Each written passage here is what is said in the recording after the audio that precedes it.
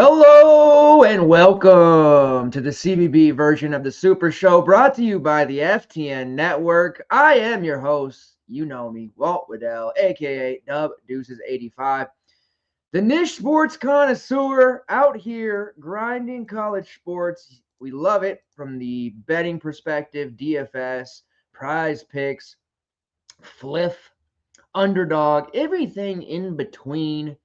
We are out here. We're loving life right now. The college football regular season, aside from Army Navy, has basically ended.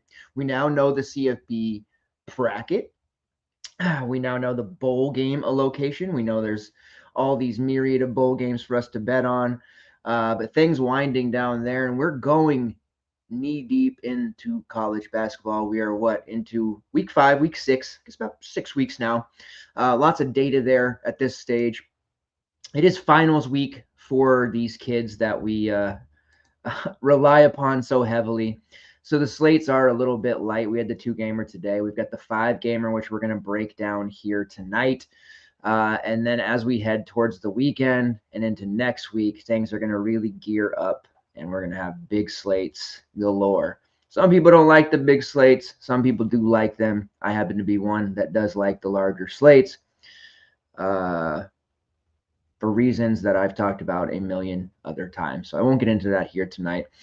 If you're new to the Super Show, what we do here is we go game by game, again, from a DFS perspective, mainly on DraftKings, give you a list of players that we like, some that we don't, any efficiency stats that are relevant, any DVP stuff, and basically just talk it out and come up with a player pool and a group of options that we like, how we think games might go, maybe some betting opportunities, some prop betting stuff, and then we'll get out of here with a 3-man core that we're feeling pretty good about. Typically treat the show as a first look for the slate, so things sometimes can and will change by the time we hit lock or enter into that last hour before lock, but this is how we're seeing it right now with the news that is currently available to us.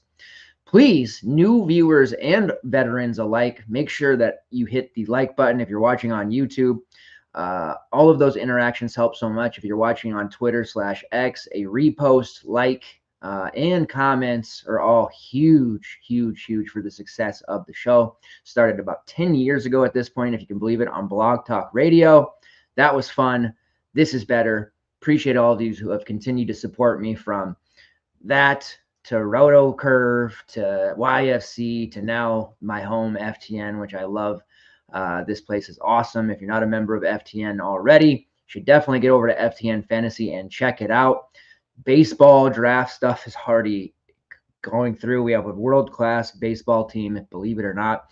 March Madness will be here before you know it, and we're really just kind of rolling up our sleeves and getting into conference play, ready to rock and roll and have those green screens, as we say, and window trips galore.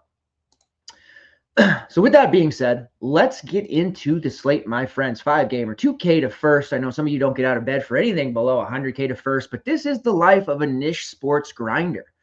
Sometimes it's 2K to first. Sometimes it's $200 to first.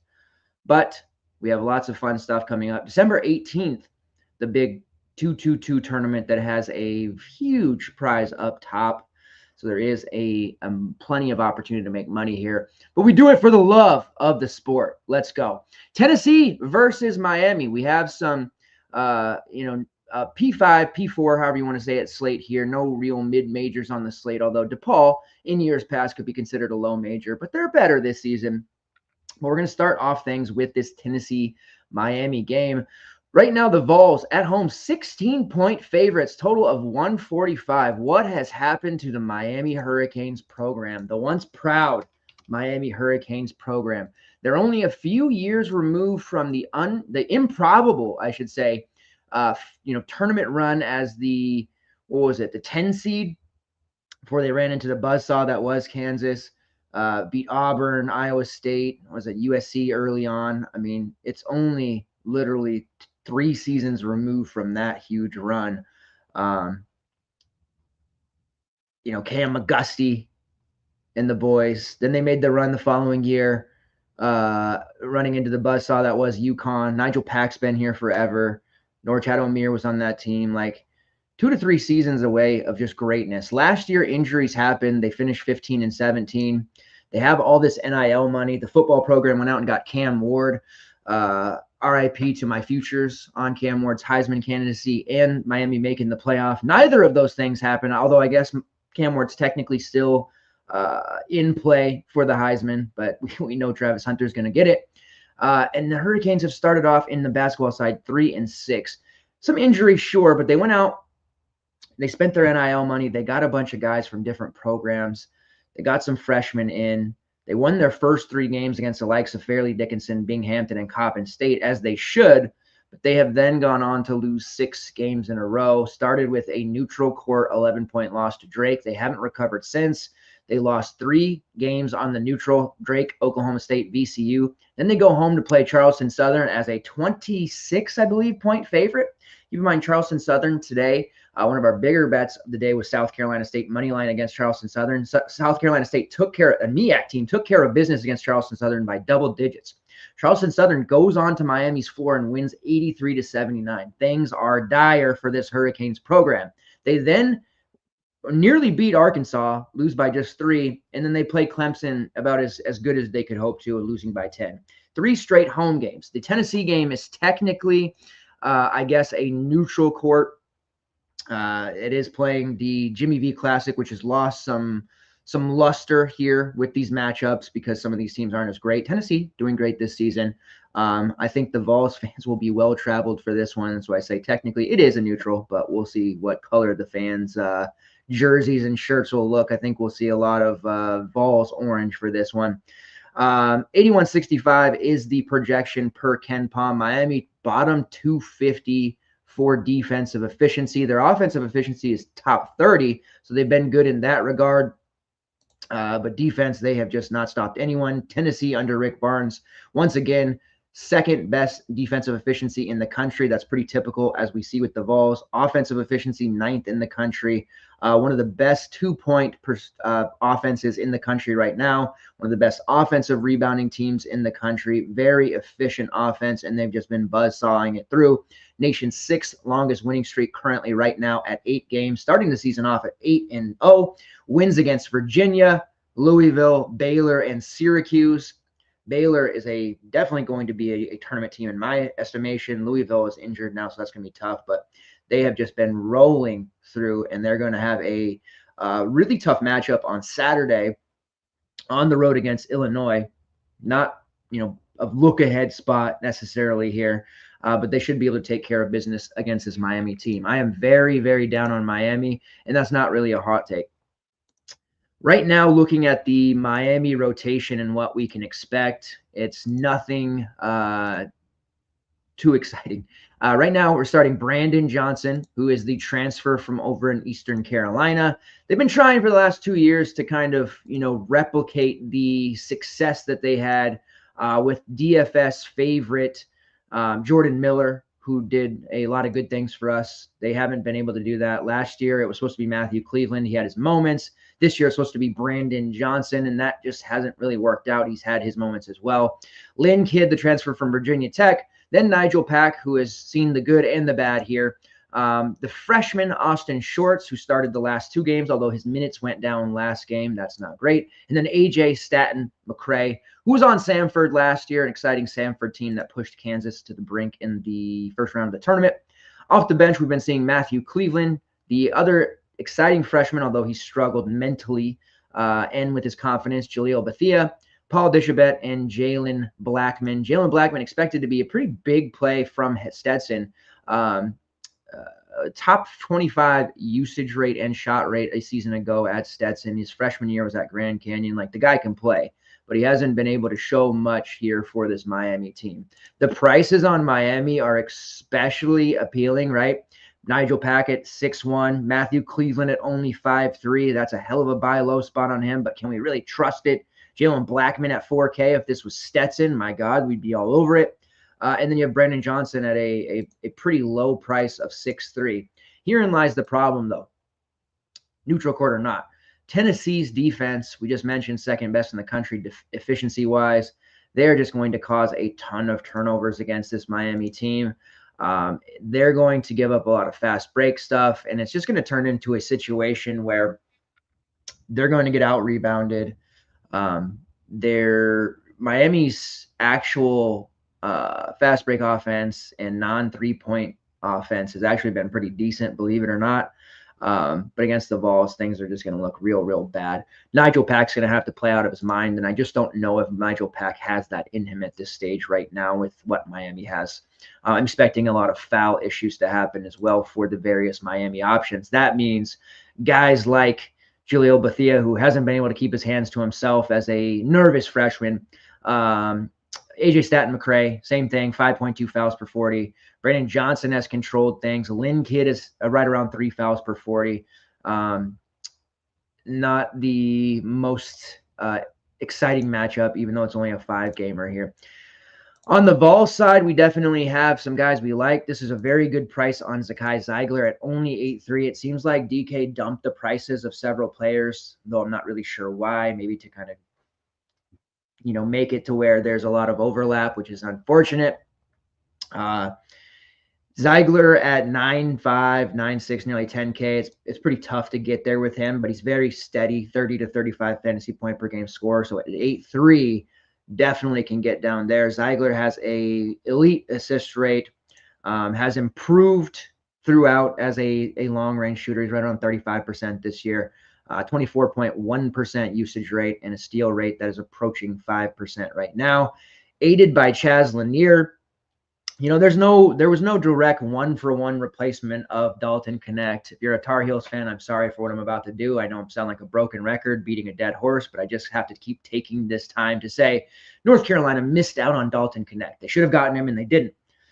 They thought they had the next Dalton Knecht. Hell, even I thought maybe a mini Dalton Knecht in Cade Tyson, who they did get. He's not Dalton Knecht. He's been pretty terrible.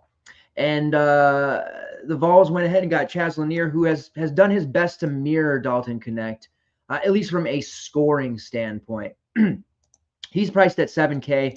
That is higher for him. He's been sitting around 6.5 to 6K the last few slates after being above 7 when the year started because of his high usage rate last year on his previous destination. He's taken 16-plus shots in 4 straight games. 10 of those in each have been from long range. He's just out there to chuck. He has not been a solid source of peripheral stats, although the game against Baylor, 2 steals, an assist, 4 rebounds. That was huge for him. Then he followed that up with 2 assists, 2 rebounds against Tennessee Martin. And then the Syracuse game added another steal, a couple of assists, 4 rebounds. If he can keep churning out 2 to 4 assists, 2 to 4 rebounds, and added a steal with the 18 to 20 real points we expect, 7K is simply not going to be enough.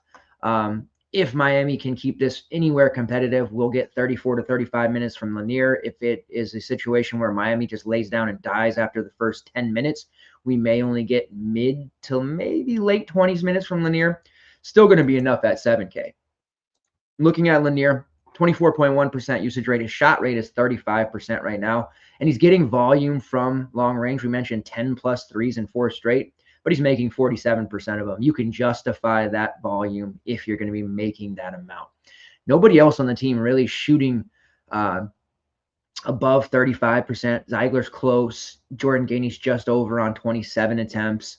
Got a bunch of front court guys who don't really shoot too many threes. Jemai Myshak will take one if you leave him open, but for the most part, Lanier has just got all the shots he could ever dream of here on this Vols team.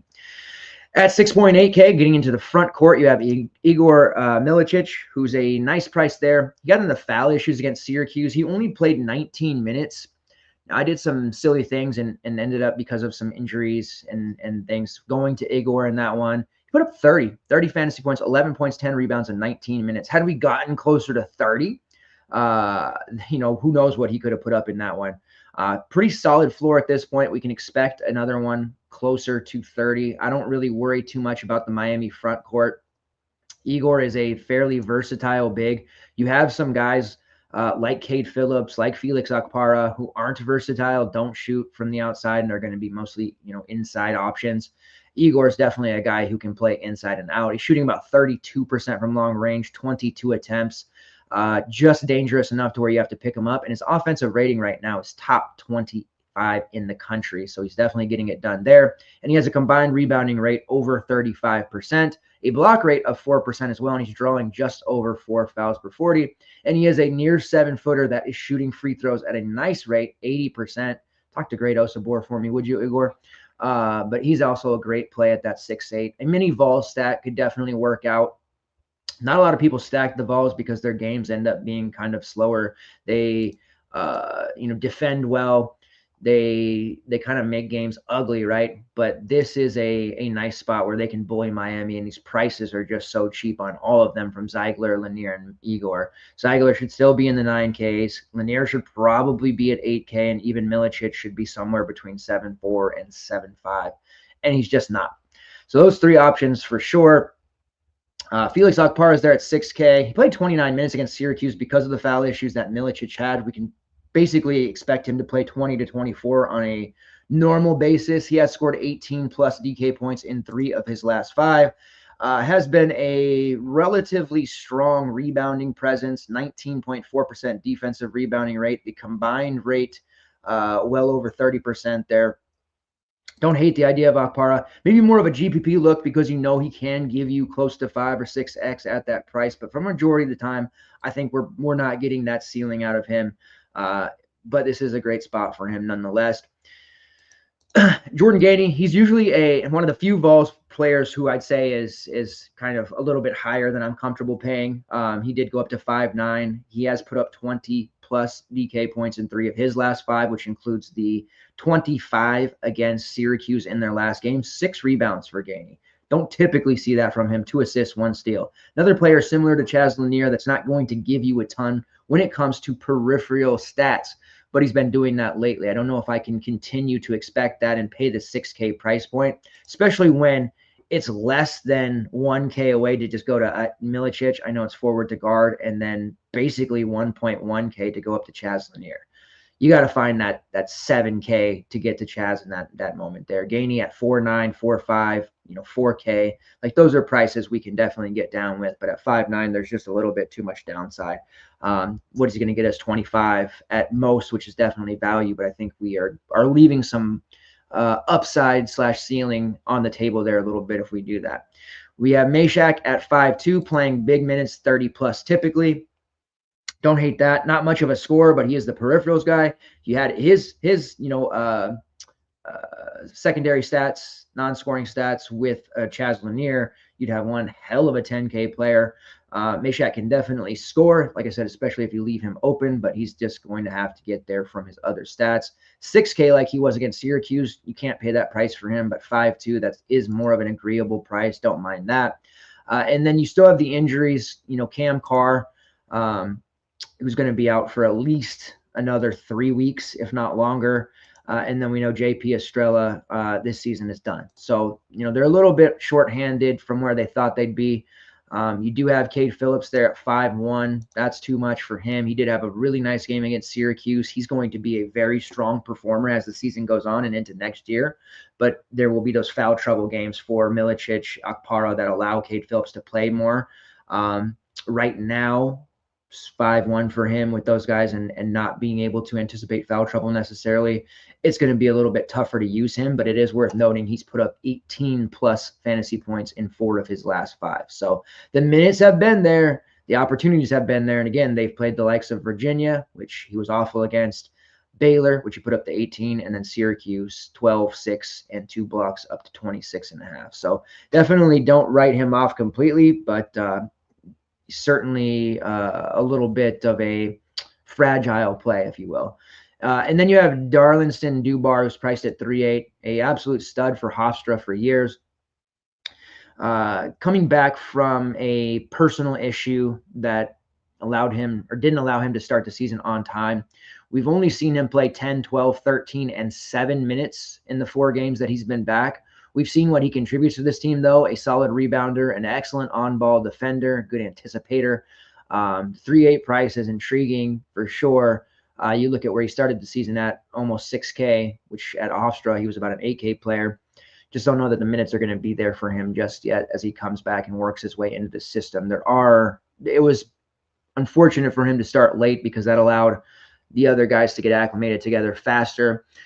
He's going to have to work his way up the pecking order, and it's going to take some time. I think eventually he cuts into the minutes where Gainey and Meshack are playing more like 20 to 25 instead of 28 to 32. And we're seeing Dubar reach closer to that 20-minute mark. And then it's going to be a situation where Dubar has to defend the best perimeter option on the other team. Or if it's a game that Meshack and Gainey are hot, they'll be in. So it's just going to be really tough from a game-to-game basis. If you're a multi-enter, you do want to have some Dubar, though. That upside at 3.8 is very, very high. All right, move on to the next one here. We have Penn State versus Rutgers. Rutgers has been a fun fantasy team. Let's talk about it. They're 1.5-point favorites against Penn State. Total of 157. Who would have ever thought a Rutgers Penn State game would be totaled at nearly 160? But both of these teams have some fantastic options on their team when it comes to DFS purposes. We'll start with Rutgers. They have the trio of freshmen, really, but the top two, the one-and-done candidates, Dylan Harper, who has been absolutely fantastic, priced at 9.4, and then Ace Bailey sitting there at 7.4.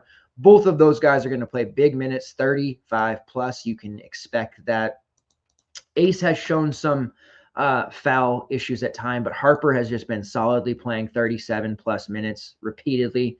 He's one of those pay-ups that you can just rely on. You don't start your lineup necessarily with him, but as you're building and you've got some value and you have this salary left over, I got to say the pay-ups this year, we've been making this comment a lot in the Discord.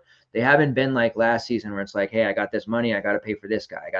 We've had the Cooper Flag slates, we've got the Janai Broom slates, but a lot of times the pay-ups, they're just not that, like even tonight, I know it's a two-gamer, but Norchad Omir, Omar Balu, yeah, they're good. But if it was a full slate, I don't think we'd be really talking about paying up for those guys too often. With Dylan Harper, full slate or not, I feel good about paying up for him against any opponent. He's done extremely well.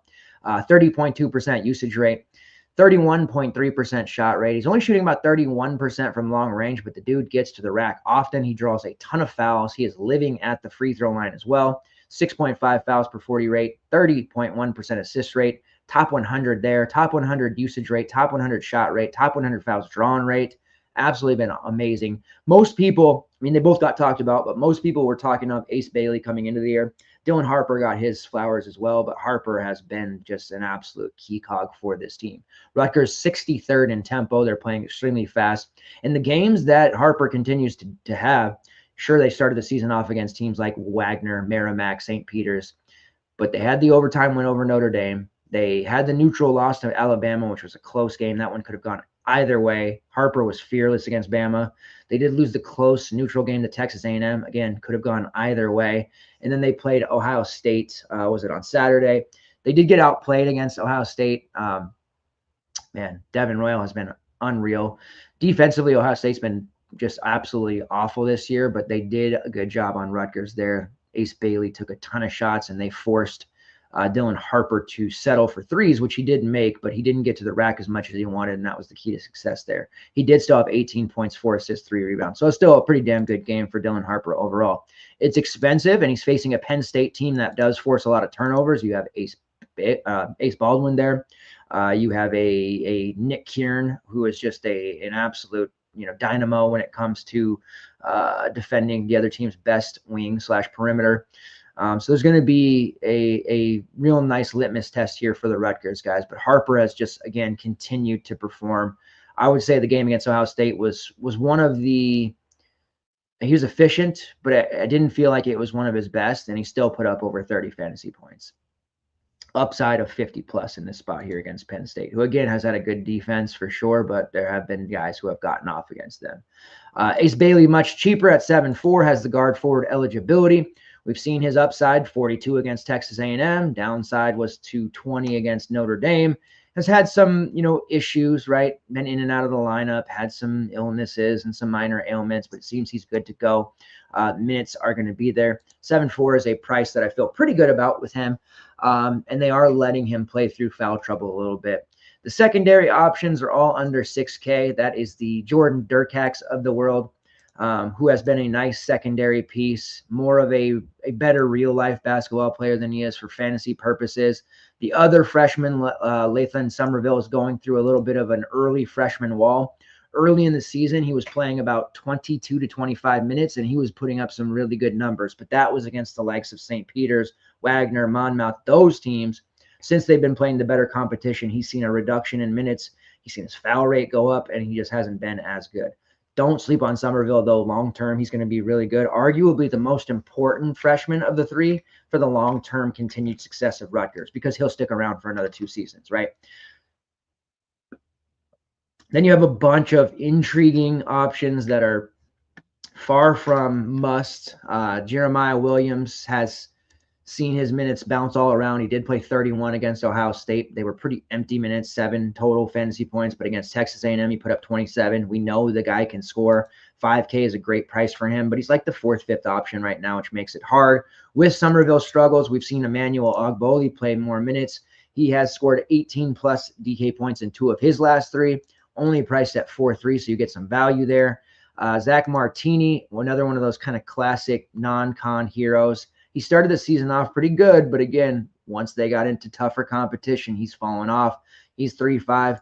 Probably can't look to him too much. We did get some spot starts out of PJ Hayes early, not so much now. Same with Tyson Acuff, who's priced at 3.6. Acuff in the past has shown major upside, but that was when he was kind of the focal point during his time at Eastern Michigan, right? He had a top 15 shot rate during his time at Eastern Michigan. He spent a couple of seasons with the Canes.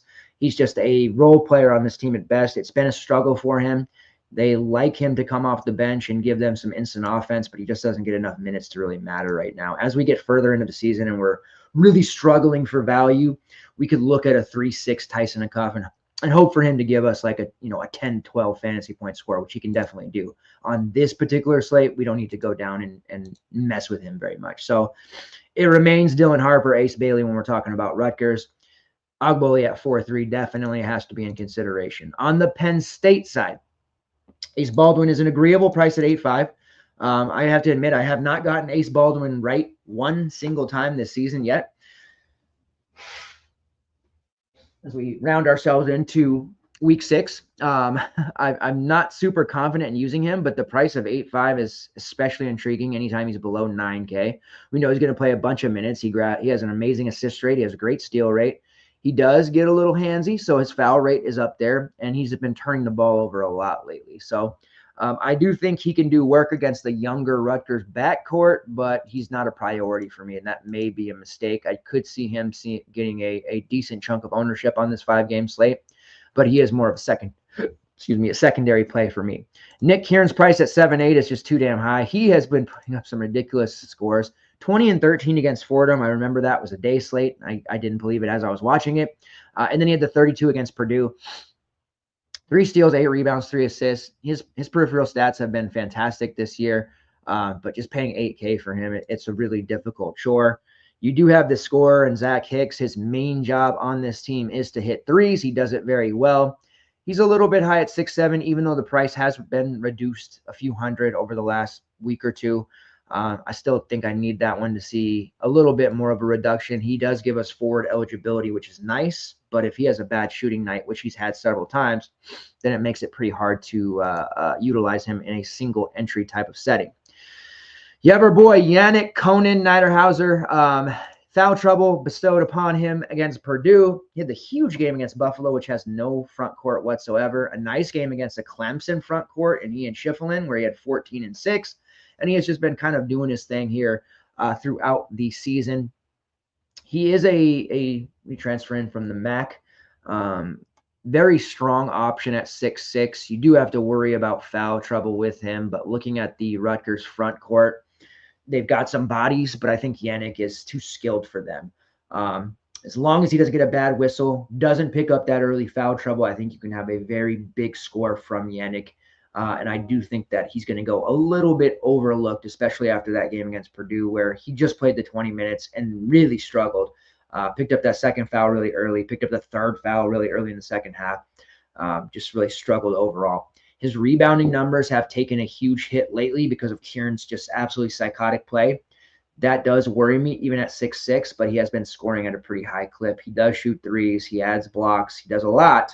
6'6", there's major upside there as a forward. Excuse me. Here's the season. We're into the cold months here in the PNW, and I do my show out in my garage area, and yeah, that's why I gotta take breaks here. All right, Freddie, called him Fab Freddie Fazbear from the Five Nights at Freddy's franchise. Freddie Dion, the transfer from Tennessee, 26 solid minutes against Purdue, put up 26 fantasy points, 6 of 11 hitting his threes. He shot 4 of 9 against Buffalo, 2 of 3 against Purdue. He's been adding assists, getting some rebounds. He is another guy that's pretty reliant on scoring. The price is a bit too much at 6K, I think, for us to really use him in kind of large fields. But I think he's kind of crossed this threshold where, until he gets to 6.5, 7K, he can be a last man in type of play in single entry. I want some Penn State exposure for sure. I feel like Kieran's too expensive. Baldwin's, I'm just personally having a hard time getting him right. If I don't want to deal with the possible foul trouble of Conan, that really does leave Freddie Dion for us there at 6K, which I think almost nobody will look to. But he's been super consistent over his last 3 games, and the coaching staff's certainly trusting him a lot more. The only bad downside here is Penn State has a bit of a deeper rotation, so we're getting 3 to 4 minute shifts out of Freddie and the other guys, and it does make it hard because Freddie will knock down 2 threes, and that regular scheduled shift change comes whether he's hot or not. Takes him out, he gets cold. If he was able to play through that, play 10 straight minutes, I think we could be talking about like a potential 40 for Freddie in this spot. But we're not going to get that kind of minute stretcher from him, unfortunately. We did see Puff Johnson have a pretty big game against Purdue. I could see people chasing that. Gives you guard forward eligibility at 5'4". He has scored 19 plus DK points in 4 of his last 5. Clemson game, he was just fouling like crazy.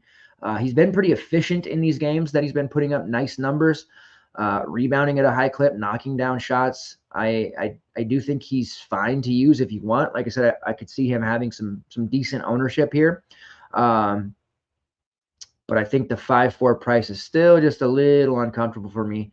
I would like to see him even lower than that, around 4.95K. Definitely a last man in type of play as well, which I kind of feel like a lot with this Penn State team on this particular slate. And then you had the value play that did well for us, DeMarco Dunn. Priced at 3.2 last time against Purdue, put up 15.5. Thank you, DeMarco, for that. Another guy playing 18 to 22 minutes, very Bruce Pearl-esque here on this roster. He is in play at 3.9, but not as good of an option there than he was at 3.2K. And I don't know that we necessarily need to dip down quite that low. So to rehash, Penn State side, Conan the Barbarian, like Freddie Dion. I think I'm probably the only one in the industry that would use him at 6K, but I do like it.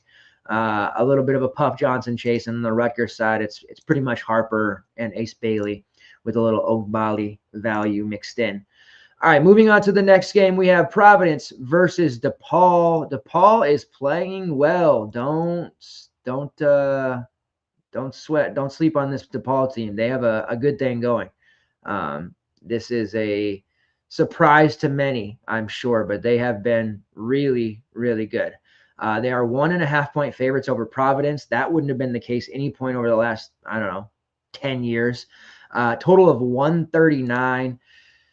Ohio State, I think, gave up too fast on Chris Holtmann. And I know Holtmann, he had several good seasons, several okay seasons. And he was there for what, almost 10 years. But 22-14, 20-12, 21-10, like a lot of 21 seasons. Like you look at what Ohio State's doing now, and it's like, did they give up on him too soon? And then DePaul, the talent level that DePaul's had over the last couple of years, they've had some really good talent, believe it or not. Stubblefield, they had Chico Carter, Deshaun Nelson, Elijah Fisher, who's tearing it up at Pacific this year. Year before that, you had Javon Johnson, Emoja Gibson. Like, you had some real high-quality talent. And then, of course, my man Javon Freeman-Liberty, who was just an absolute stud. David Jones was on the team. Jalen Terry. Like, DePaul had talent, but Tony Stubblefield, not a good X's and O's coach. Dave Littell got talent, could recruit well at that. Paul Reed, hello. But they just couldn't win games. You've got a team under Chris Holtmann here that started 7-1. And yes, they've played the likes of Prairie View, Mercer, Duquesne, Northern Illinois, Eastern Illinois, Valpo, Southern Indiana. The one time they played a team that was actually decent, Texas Tech, they did lose 76-62. But those games against Duquesne, those games against Mercer, they weren't winning those games last year. Or any point in the last 5-6 years. With JFL, with Emoja Gibson, with Charlie Moore, obviously at different times, they're winning those games. And the talent level now, it's not any better, but it's a buy-ins thing that they get from Chris Holtmann. And he does have talent. I'm not sitting here saying they're a bunch of role players. Layden Blocker, we know he has a major upside. Isaiah Rivera, he's decent. CJ Gunn, there's upside there. Jacob Meyer, who's technically only a sophomore coming in from Coastal Carolina last year, he looks like a future star for this team. They're going to have to fight off other programs to keep him probably. But he's just getting major buy-in. This is going to be actually a really good game against Providence. So I wanted to set the scene here for DePaul. Now, the one thing for DFS purposes that sucks is the fact that DePaul is going with this deep rotation. We're seeing 9, 10, sometimes 11 guys play. And that leads to a lot of 18. It's kind of a meme at this point, but 18 to 22-minute plays. It's the Bruce Pearl style, right? So we've got a team of guys, nobody higher than 6.3K, makes them in play for sure, but none of them are really going to play, more than 25-ish minutes. Now, we did get 34 out of Connor Enright against Texas Tech. So as they're playing teams now that are at the P5 level, and once they get into, conference play, maybe we see those more minutes out of Enright. He did play 36 against Duquesne, did play 39 against Eastern Illinois. So Enright there is the most expensive player for DePaul. Definitely one usable option at 6.3K. Layden Blocker at 6'2". He has the most upside on the team, as far as long-term talent, I think even more than Jacob Meyer. He struggled mightily against Texas Tech. That was a bit alarming. He did have some foul issues. He turned it over a ton. Still played 28 minutes, so the minutes will be there for Blocker. Obviously didn't work out in Arkansas for him. Probably a little bit uncomfortable with the 6'2" price there. I would rather use Enright if I had to use anyone. David Skogman at 6'1". He's shown upside against lesser competition. He did have 9 and 8 against Texas Tech. And then you have guys like JJ Traynor at 5'8", playing around the 20 minutes, have been adequate. NJ Benson, who showed major upside in the Missouri Valley Conference last year, has been kind of playing a second-tier role. And then early in the season, Isaiah Rivera was putting up some pretty big scores. He had that 42 against Southern Indiana, 27 against Duquesne, 30 against Valpo. He wasn't great against Texas Tech. That gives me pause. Really, the option would be at 5.6K Jacob Meyer, who did play just the 18 minutes against Texas Tech, but uber efficient. When you look at the rates on this DePaul team, despite playing a bench role for majority of the season, he had one start against Eastern Illinois, but playing about 19 to 20 minutes off the bench, does carry the highest usage rate on the team at 24.5%, highest shot rate on the team at 30.3%, which is top 100, and he's shooting 47% from long range. Only a sophomore. Played for a Coastal Carolina team where he just got to run around doing whatever he wanted. The efficiency has been very strong there for Meyer. So at 5'6", certainly like him, a more balanced approach to the slate, I think, would include Meyer. This would be a price point where if Blocker was less than 6'2" and in this mid 5K range, I'd be kind of pushing him a little bit more. But Meyer is probably a really strong play at this 5'6" point. And you can just look at pricing and see that he was almost 8K, even the last slate. And to drop 2K there, knowing that we're going to get about 4X from him at this price, maybe even more, it's just kind of seeming like a real nice buy low spot. Also like the Indiana transfer CJ Gunn. I would love to see more minutes from him. 4'9", a little uncomfortable there. He was one that I was kind of anticipating having on this slate at 3K, but didn't quite work out that way. So probably can't use him. And then the only other real fantasy relevant player is Troy DiMacchio, who is at 4.8K. can give you roughly 4x at that price point. A low end option, but he is a forward. So, this is a slate where if you're feeling like we're lacking forwards, we're not. It's been a weird year. We love forwards this season. Hate pay-ups, very odd. But at least you have him there if you want him. Now, on the Providence side, it gets more interesting because you have guard forward eligible Bryce Hopkins, who is no longer 3K. Now, he took the risk on Bryce Hopkins the first time he was available, and he didn't play, right? It was worth the risk because you know what he can give you at 3K.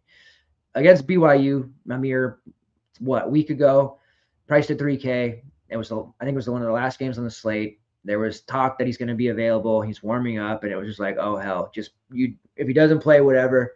The fact that he's warming up, you just play him. And he got to like 30% only. And it just kind of shows you that the live swaps and monitoring news in slate is just a huge edge still to this day. People ask me what the biggest edge in college sports is, and especially college basketball. It is grinding news throughout the slate. If you got a family, if you got kids, you got other responsibilities, that can be tough. I get it. But if you put in that work, or you sub to me and you look at the Discord, I'll do it for you. But it's a huge, huge, huge edge. Somebody gets ruled out. Oh God, Ryan Kalkbrenner the other day on Creighton, that was more like 2 weeks ago, did not start. We have a rule at FTN, or on my Discord at least, a normal starter who isn't starting and the news is light, meaning like he wasn't officially ruled out until after lock, but he wasn't starting. There was clearly a problem. Normal starters who aren't starting, it's expensive like that. You just can't risk it. And we didn't, and he was like 40% owned. So again, news edge huge here. Just getting, a little sidetracked there, but wanted to drive that home. Anyways, Bryce Hopkins is 5K now. It's better than 3K, but it's still obviously way underpriced. He put up 28 against BYU, followed it up in a loss. They blew the doors off BYU, hell of a game. And then they lost to an okay Rhode Island team. But he had 16, 8, and 2 with 3 steals, put up 33.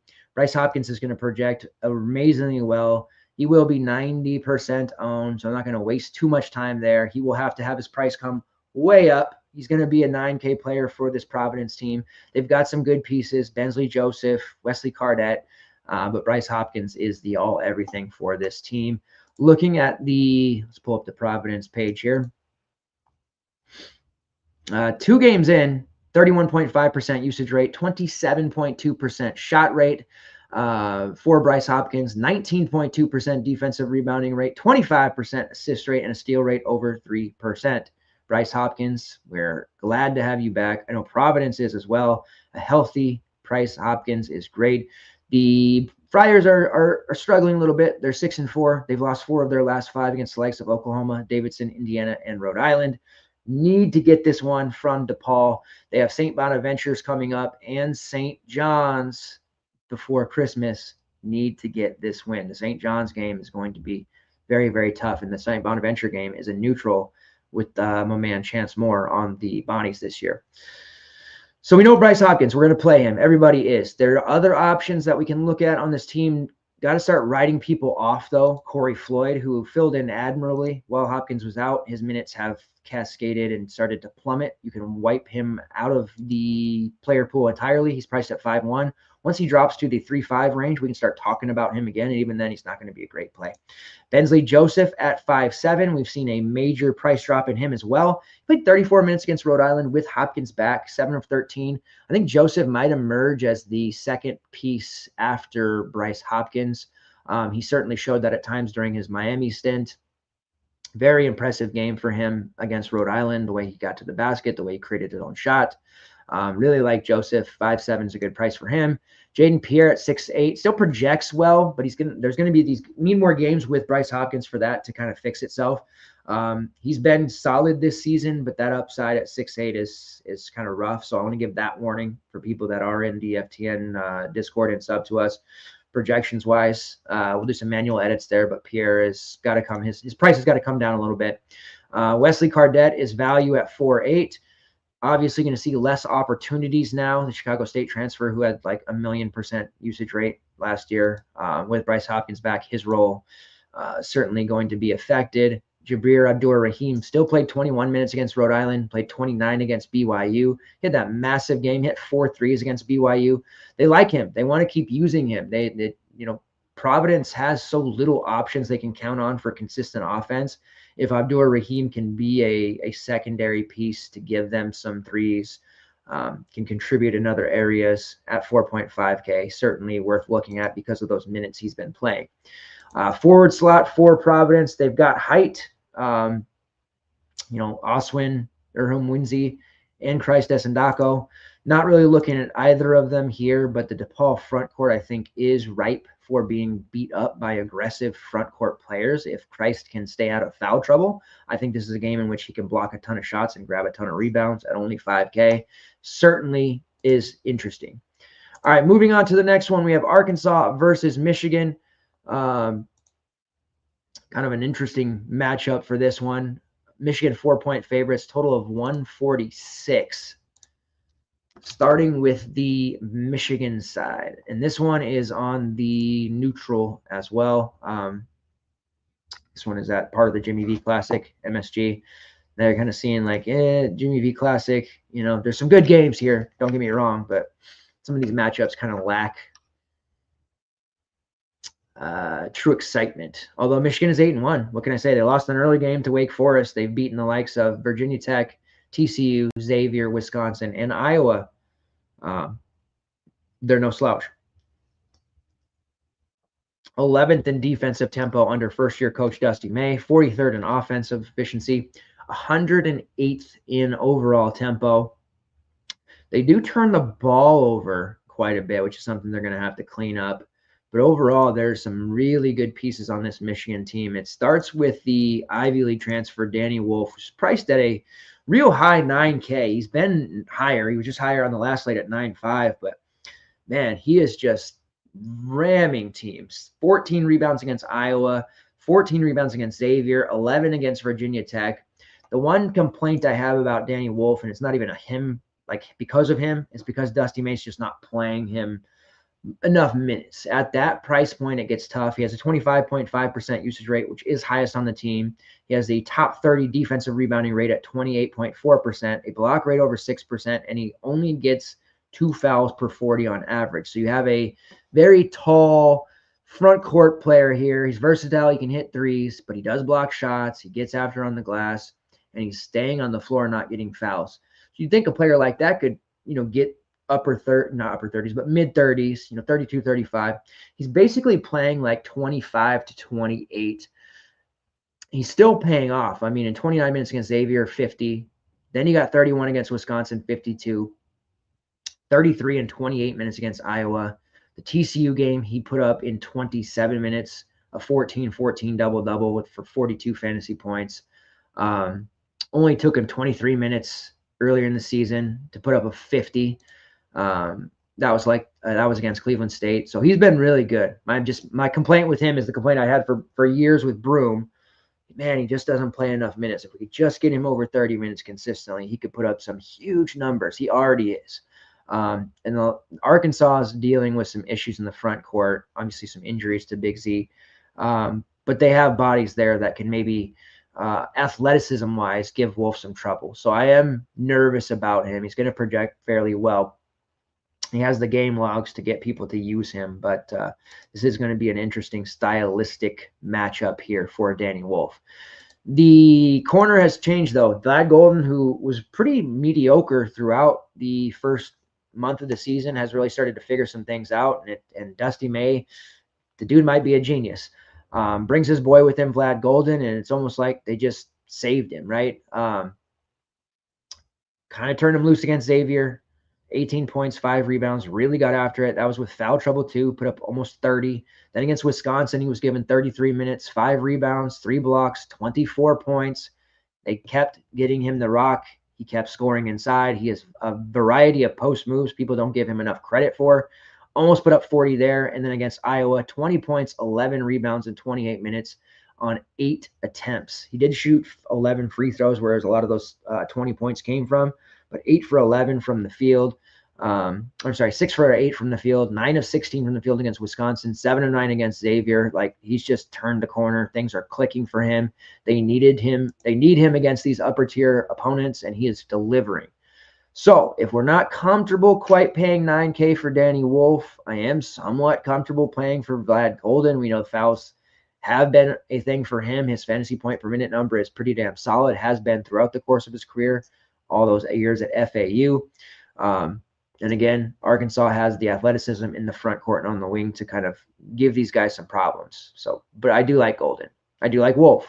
Just having some trouble with that Wolf price. The guards for Michigan, they're way less predictable. Trey Donaldson at 6'7", that's a little high for my taste.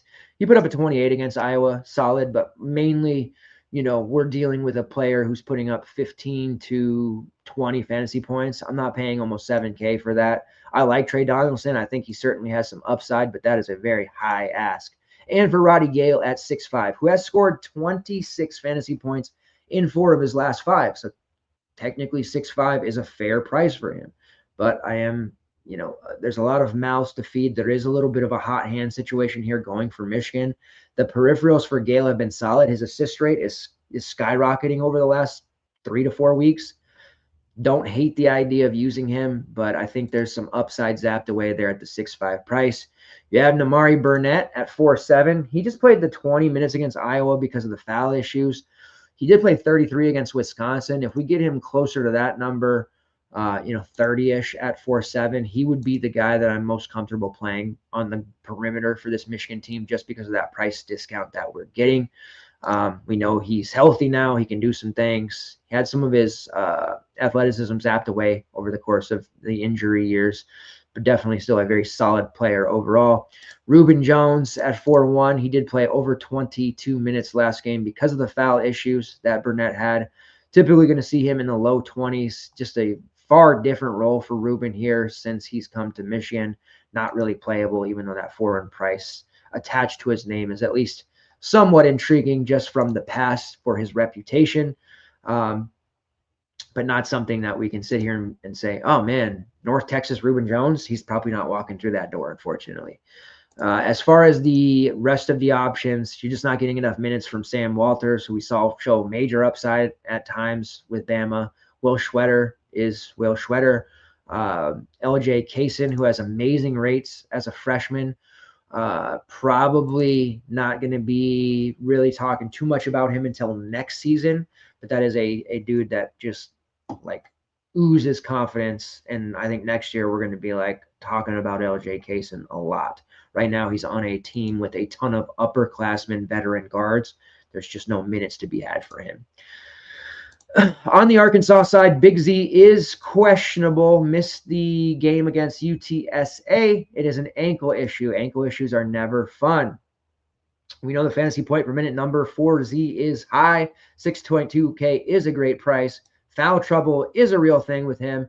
Danny Wolf and Vlad Golden can draw fouls. So even if Big Z plays, I would be very worried about him. We do have Adu Tiero, who is, it's so weird. He's playing for the same coach, right? Follows Cal from Kentucky to Arkansas. Like at Kentucky, just minutes were never there for him consistently, as frustrating as it was. And there's many times on record we'd say, man, if Adu Tiero could just get consistent minutes, this dude's awesome. Now he's getting those minutes, and he's awesome. 8.6K is a very high price for him, though. I'm not worried about him getting into foul issues. I am worried about his rebounding numbers struggling mightily against this Michigan front court. Adu isn't enough of a threat on the perimeter. He'll take threes, but he doesn't make them very often. Where he lives is at the line, generating contact on drives and just being a menace in the paint. And I don't know that that's going to work out all that well against Michigan. I do think that he's not going to put up like what did he have against Miami? A 17, and he played 38 minutes like that. So stupid. But I think we're talking about like a low 30 score as opposed to a 40-50 score. So at 8.6, I think we'll probably want to spend our money a little more economically.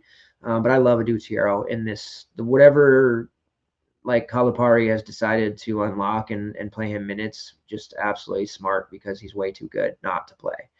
We have some value here with Big Z on the shelf potentially. Trevon Brazil, who's there at 4-1, played 16 minutes in the last game against UTSA. They were in control throughout. I think he probably sees 20 to 25 in this particular matchup. We know Brazil from the past 4-1, when he's healthy and good to go, getting the minutes, he could absolutely blow this price out of the water. He has another guy that can sometimes get into foul trouble, but 4-1 is a hell of a lot easier to stomach than 8-6. And then we have Jonas Idu, who's priced at 3-7. He did play 27 minutes without Z around. He had a vintage, only for last year, but a vintage for him. We haven't really seen it this year.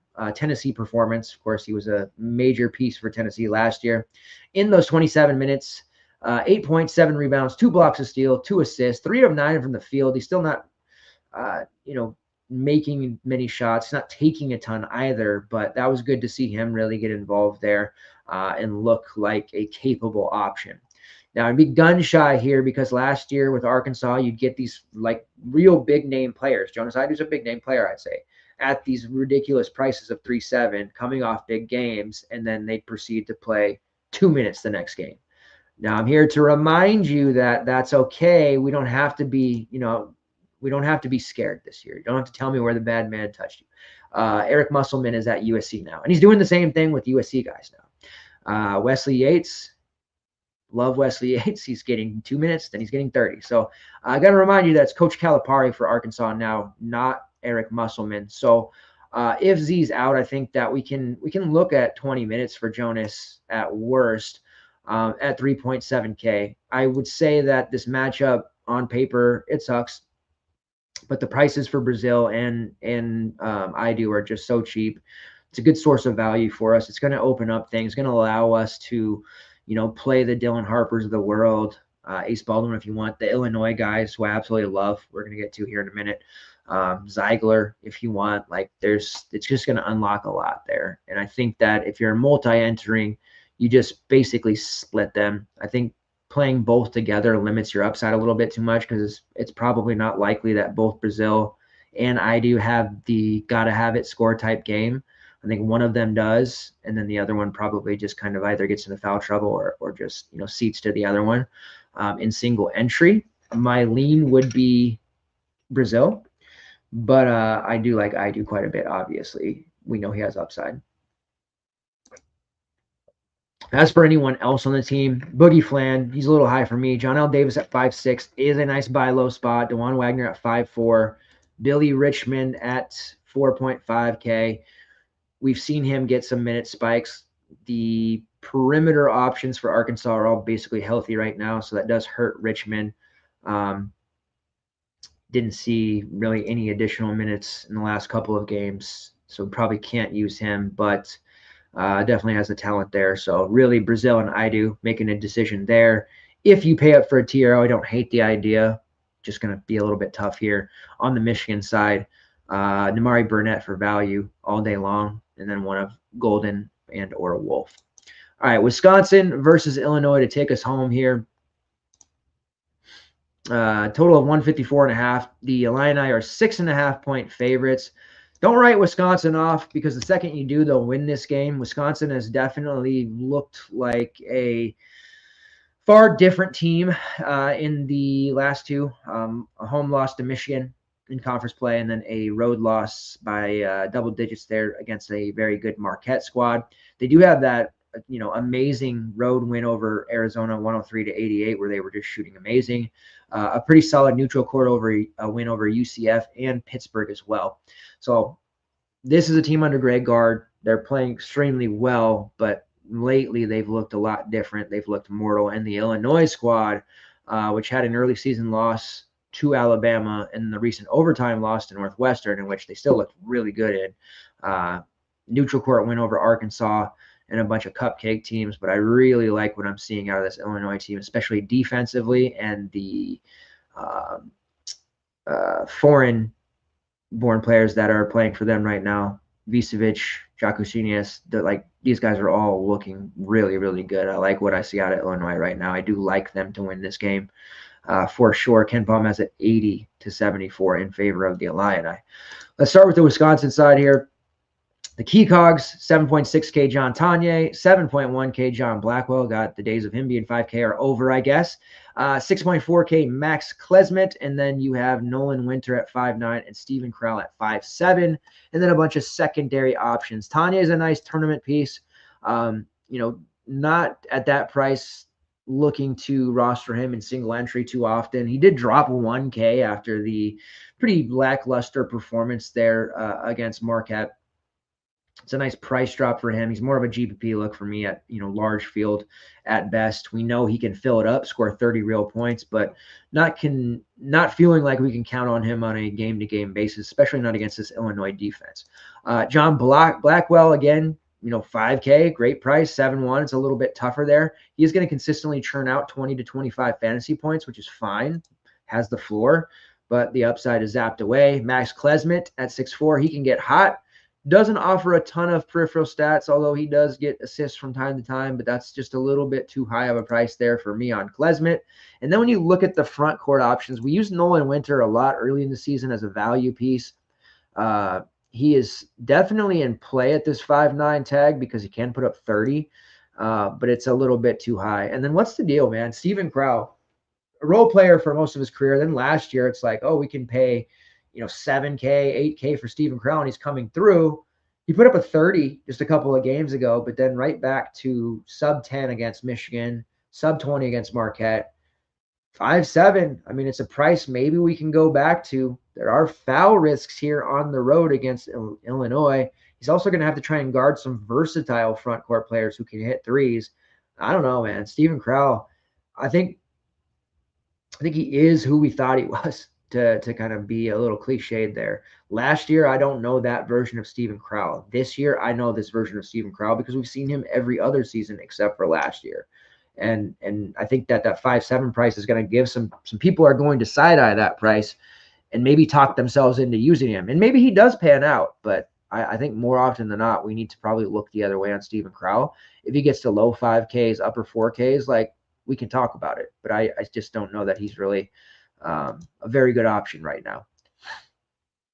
On the Illini side, I absolutely love the game of Tomislav Ivicevic. Man, he is absolutely amazing to watch. 7'1", shoots 39% from long range, 25% defensive rebounding rate, which is top 75 in the country. Usage rate over 22%, shot rate over 24%.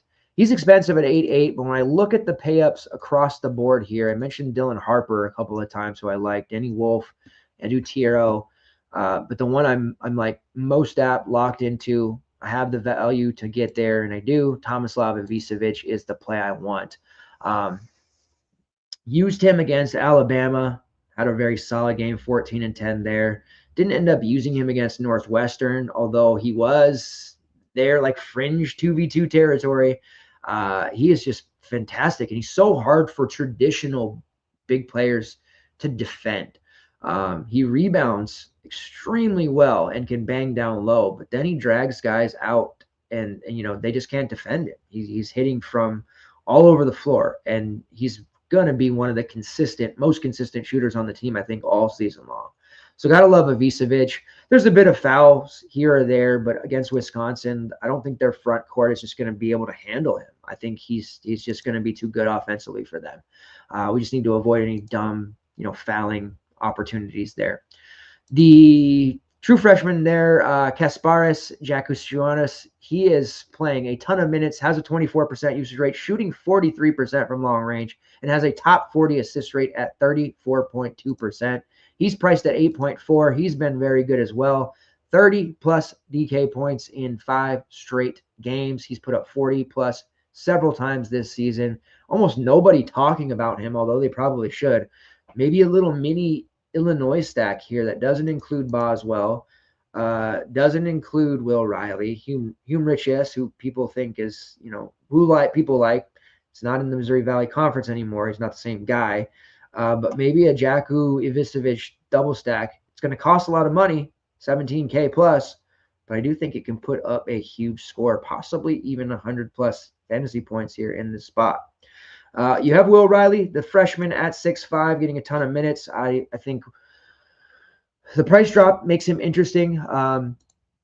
He has solid rates overall. Highest shot rate on the team at 26.5%. Also shooting 43% from long range. The Illini are a really good three-point shooting squad right now early in the season, but I would just find the salary to get to one of the top two guys above.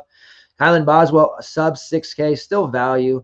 Had the disagreement early on with my man in the Discord. It was against Bama. Oh, Boswell's 4'7". He was chalky. Should we be using him? And it's like, man, yeah, at Arizona, he did some things, but the last 2 months of the season at Arizona, he really kind of fell off. Couldn't trust his shot.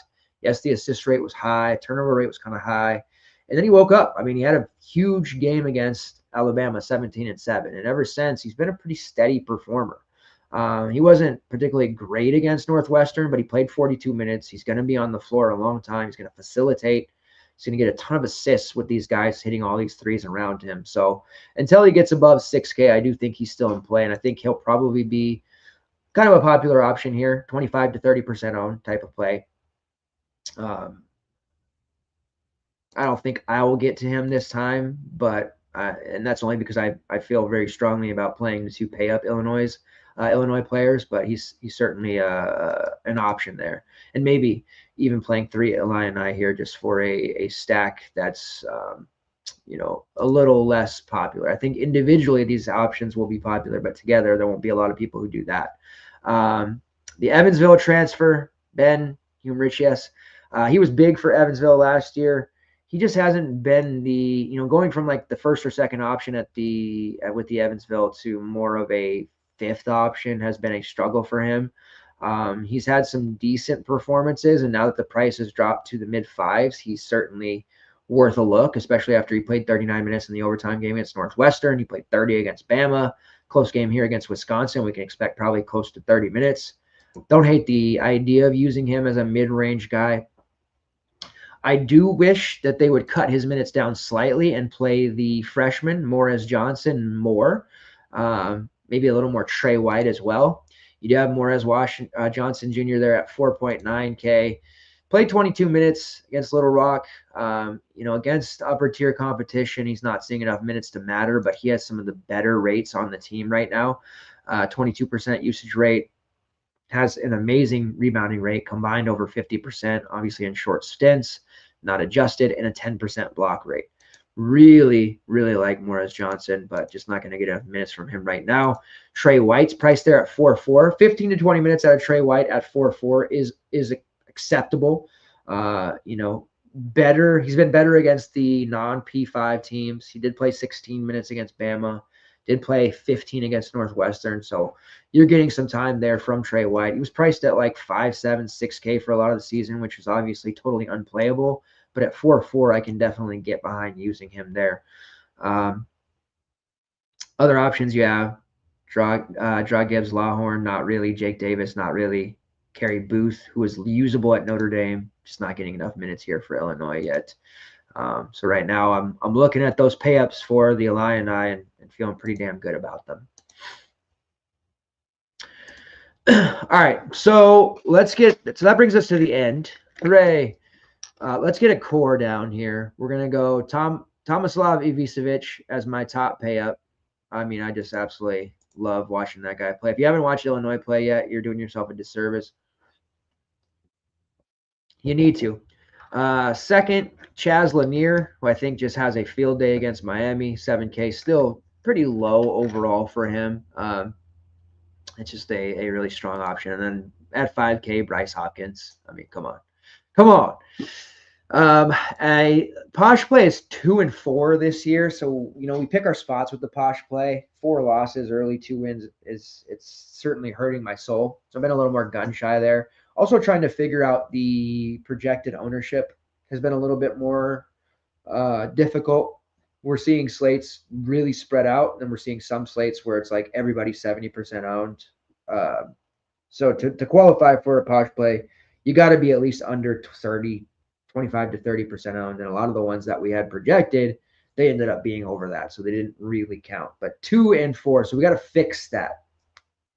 We have some primary options here that look like some possible posh plays. As far as designating one down, I think that I would say Freddie Dion is close.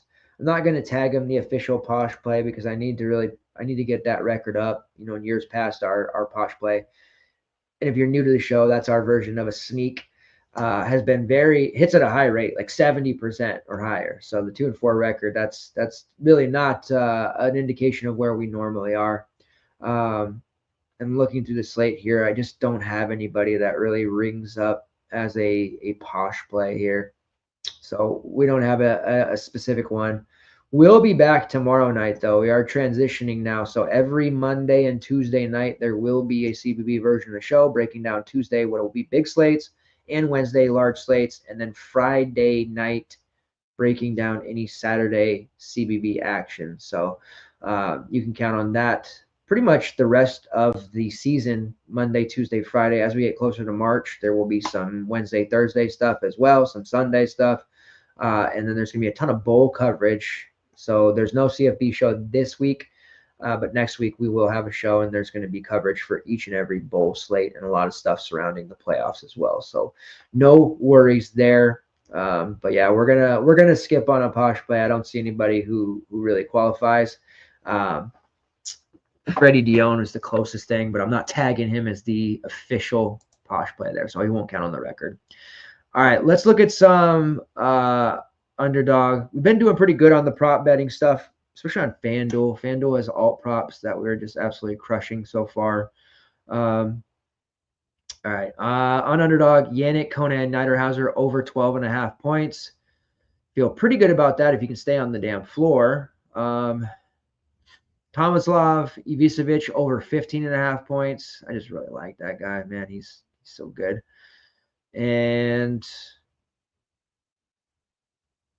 Boogie Fland under 13.5 points against Michigan. Over on Prize Picks. We don't have fantasy points scored there just yet. That will be something that they do post tomorrow. One of the favorite props I've been utilizing and doing well with has been points plus assists on Prize Picks. The idea there, a lot of times they'll have the point prop at, let's say, 15. And then you'll see these points and assist props at like 16.5. And might be a player who maybe only gets 1 or 2 assists, but it's just been a very advantageous number. And that has been one that I've seen a massive edge in. Or somebody like a Dutiero, for example, his points and assists are 17.5. I don't love him in this game, but that's pretty solid. If you look at his points plus rebounds, it's 21.5, right? And if you look at what he's been doing, he's averaging 6.1 rebounds, 2.1 assists, but he has games of 5 assists, 3, 4, 2, has a bunch of ones, and then if he's putting up 15 to 20 points. So those props I've just felt like have been a little bit softer, the points plus assists. They've been 1 to 2 higher than the points at most, and it's just been advantageous compared to the PRA itself or the points plus rebounds, which have been significantly higher. Ace Bailey's 21.5 points plus rebounds, but his points plus assists are at 16. So that's one that I've, like I said, just been doing really well with. So I'll continue to highlight those where possible, especially somebody like Tomislav Ivicevic, whose point prop is 15.5. His points plus assists prop sits there at 16.5. So it just gives you a little bit more leeway. I mean, he had 5 assists against Northwestern, 2 against Arkansas, 3 against Little Rock, 1 against Bama. If he has a bad shooting night and he only hits 15, but he gets, 2 assists, then you gave yourself a little bit of extra room there. So those have been kind of the method to what I'm doing. So speaking of which, Tomislav Ivicevic, 16.5 points plus assists on Prize Picks. That's probably my favorite prop on their site. John L. Davis, 9.5 points plus assists. He has not really gotten too acclimated with the Arkansas system. You can tell he's struggling a lot with not being the number 1 or number 2 option. Still playing heavy minutes, 31, 26, 32, 26, 34. Not if she's fat. Just kidding. Those over the last 5 minutes, his minutes have been pretty solid, 26 plus. 13 points, 12 points, 16. Assist-wise, 3, 1, 6, 4, and 2. So that is a very, very soft prop. 9.5 points plus assists for John L. Davis. I would take the over there. That just feels, dead wrong, right? And let's see what we can get here. Rebounds.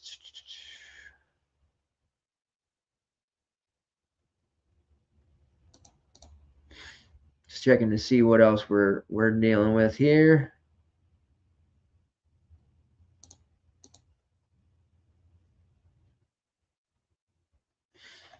All right. Assists wise, let's pull up Jordan Durkak. That one seems a little high. There's gonna be one more, and then we'll head out of here. They said Durkak's. I knew that was going to be high. Assists on Prize Picks at 3.5. I like the under there. 0, 4, 2, 1, and 3 over his last 5. He does have a 9 assist game early in the season against Monmouth, and a 5 assist game early in the season against Merrimack, but against competition with an actual pulse. 1 game of 4 in his last 5. So taking the under 3.5 assists there, I could see that one possibly dropping to 2.5 at some point tomorrow. But just to recap, Prize Picks, softer props than underdog. I will say I've seen that so far. Under 3.5 assists for Jordan Durkak, over 9.5 points plus assists for John L. Davis, and over 16.5 points plus assists for Tomislav Ivicevic.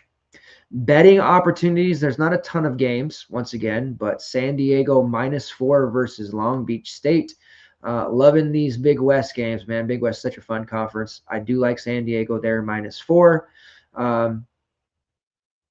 Portland taking on UMKC. They're -1.5 point favorites. I like them just straight up money line there. Illinois outright, -6.5. I'd probably take an alt line there, but I do like Illinois to beat Wisconsin. Southern Miss versus Tulane, over 149. If you haven't gotten a chance to watch Southern Miss yet, our Andre Curbelo,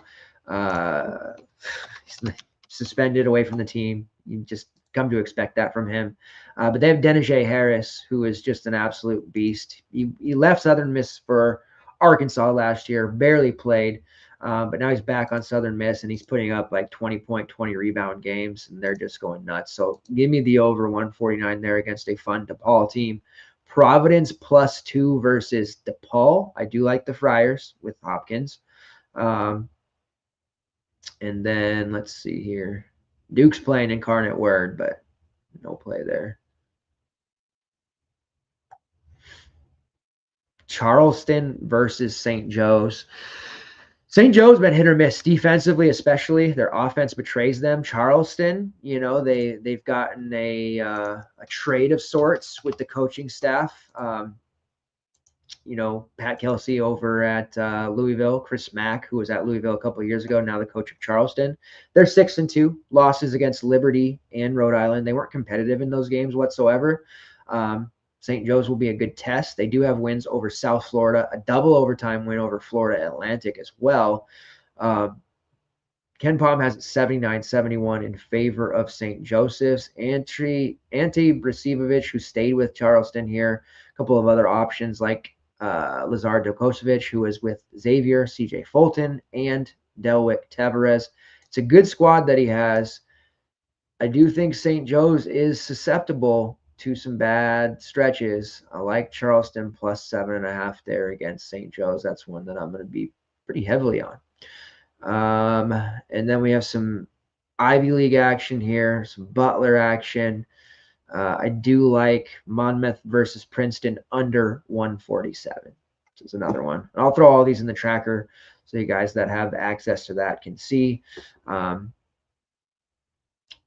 Feel pretty good. Finals week. Again, light slates. We will be back tomorrow night to break down any and all Wednesday action.